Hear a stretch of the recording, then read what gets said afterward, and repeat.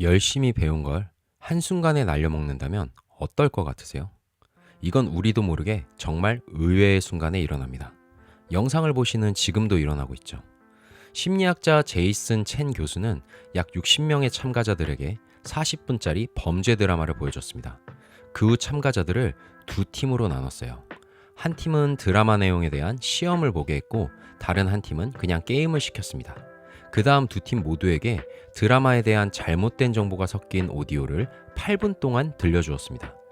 그 뒤 다시 드라마 내용에 대한 시험을 보게 했는데 재밌는 결과가 나왔어요. 미리 시험을 한번 본 팀이 게임을 한 팀보다 약 20%더 오답률이 높았던 거였어요.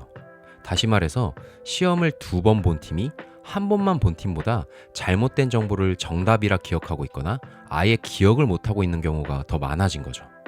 사실 말이 안 되는 일이에요. 시험이라는 것도 복습 중 하나잖아요. 그럼 시험을 한번 더 봤다는 건 엄청나게 유리한 건데 오히려 점수가 더 낮아진 거니까요. 여기에는 우리의 기억과 관련된 아주 치명적인 비밀이 숨어 있습니다. 보통 기억은 세 단계로 이루어져요. 정보를 얻는 획득, 정보를 기억하는 고정, 정보를 다시 꺼내는 재생. 앞선 실험으로 치면 드라마를 본 것이 획득, 드라마 내용을 기억하는 것이 고정, 시험과 같이 기억을 꺼내는 것이 재생인 거죠. 그런데 사실 기억에는 숨겨진 한 단계가 더 있습니다. 바로 재고정화입니다.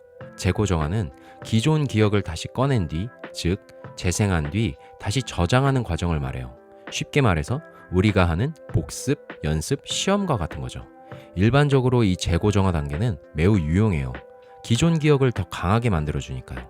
그래서 공부, 일, 운동 무엇을 하든 우리는 재고정화, 복습이나 연습을 통해서 기억을 내 것으로 만들고 실력을 키우잖아요. 하지만 바로 이때 재고정화를 위해서 기억을 꺼내서 재생하는 순간이 기억이 가장 불안정한 순간이기도 합니다. 이때 제대로 집중하지 않거나 잘못된 정보에 노출된다면 단순히 복습을 제대로 안 한 수준이 아니라 기존에 가지고 있던 기억 자체가 변형될 수 있어요. 컴퓨터로 치면 다른 내용이 저장되거나 아예 삭제되어 버릴 수가 있는 거죠. 다시 실험으로 돌아가면 미리 시험을 한번 본 팀은 시험을 볼 때가 기억을 한번 떠올려서 불안정한 상태, 즉 재생 단계였던 거였어요. 그 상태에서 잘못된 내용이 섞인 오디오에 노출되니까 기존 기억이 더 쉽게 타격을 받은 거죠.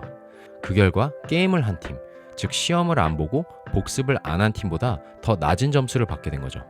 실제로 저도 재고정화를 잘못해서 몇 개월을 날려먹은 적이 있어요. 아주 많지만 한 가지만 예를 들면 뮤지컬 배우 시절에 보컬 레슨을 받은 다음에 혼자 연습을 할 때가 있거든요. 이게 두세 시간 연습실에 박혀서 노래만 부르면 생각보다 지루해요. 그래서 유튜브로 다른 내용을 틀어놓고 연습하거나 제대로 집중을 안 하고 그냥 막 노래만 부를 때가 있어요. 근데 그러니까 점점 제대로 된 방법이 아니라 잘못된 방법으로 노래를 하게 될 때가 있어요. 그러면 다음에 노래 부를 때 어떻게 되냐면 배우기 전으로 돌아가 있거나 아니면 더 엉망이 되어 있기도 해요. 그럼 다음에 똑같은 거 또 배우고 또 배우고 진짜 돈 낭비, 체력 낭비, 시간 낭비했죠. 아무리 좋은 내용을 배워도 혼자 복습할 때 제대로 하지 않으면 의미가 없는 거죠. 의미만 없으면 다행이지 오히려 실력이 떨어지기까지 합니다. 즉, 좋자고 하는 일이 오히려 독이 돼버릴 수 있는 거죠.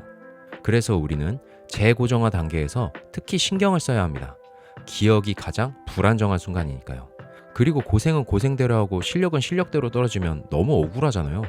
그럼 어떻게 하느냐? 지금부터 뇌과학에 기반해서 재고정화 단계에서 우리가 반드시 지켜야 할 4가지 원칙을 알려드리겠습니다. 1. 틀렸다면 즉시 고칠 것.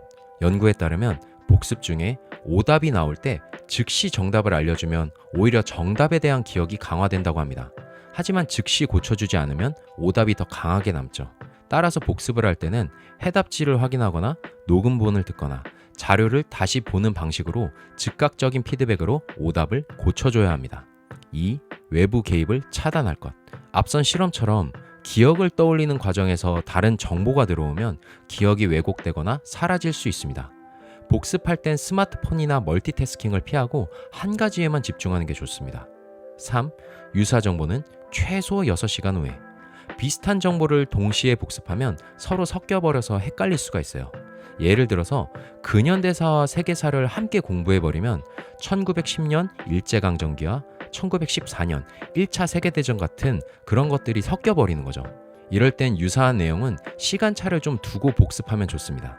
논문에 따르면 유사 정보를 복습할 때는 최소 6시간 간격을 둬야 간섭 없이 정보가 보존된다고 합니다. 4. 마지막은 반드시 정답으로. 뇌는 마지막에 저장된 정보를 강화합니다. 공부든 연습이든 끝낼 때는 반드시 올바른 답이나 자세로 마무리해야 합니다. 틀렸네 하고 공부가 끝나는 게 아니라 반드시 정답을 확인하고 숙지한 뒤 끝내야 하는 거죠. 워렌 버핏의 말이 있죠. 명성을 쌓는 데는 20년이 걸리지만 무너지는 데는 5분이면 충분하다. 기억도 똑같습니다. 아무리 애써 배워도 복습할 때 제대로 하지 않으면 기억이 날아가거나 왜곡될 수가 있죠. 생각해보면 정말 최악이죠. 고생은 고생대로 하고 실력이 오히려 떨어져 버리니까요. 하지만 복습을 안 할 순 없죠. 그냥 냅두면 기억이 아예 망각되어 버릴 테니까요. 다시 한번 말씀드리자면 기억이 가장 불안정한 순간은 바로 그 기억을 다시 꺼낼 때입니다. 그래서 우리는 재고정화, 즉 복습과 연습의 순간을 아주 신경 써줘야 합니다. 오늘 영상이 도움이 되셨길 바랍니다. 영상이 마음에 드셨다면 구독, 좋아요, 알림 설정 부탁드립니다. 감사합니다. 깨달음 애니였습니다.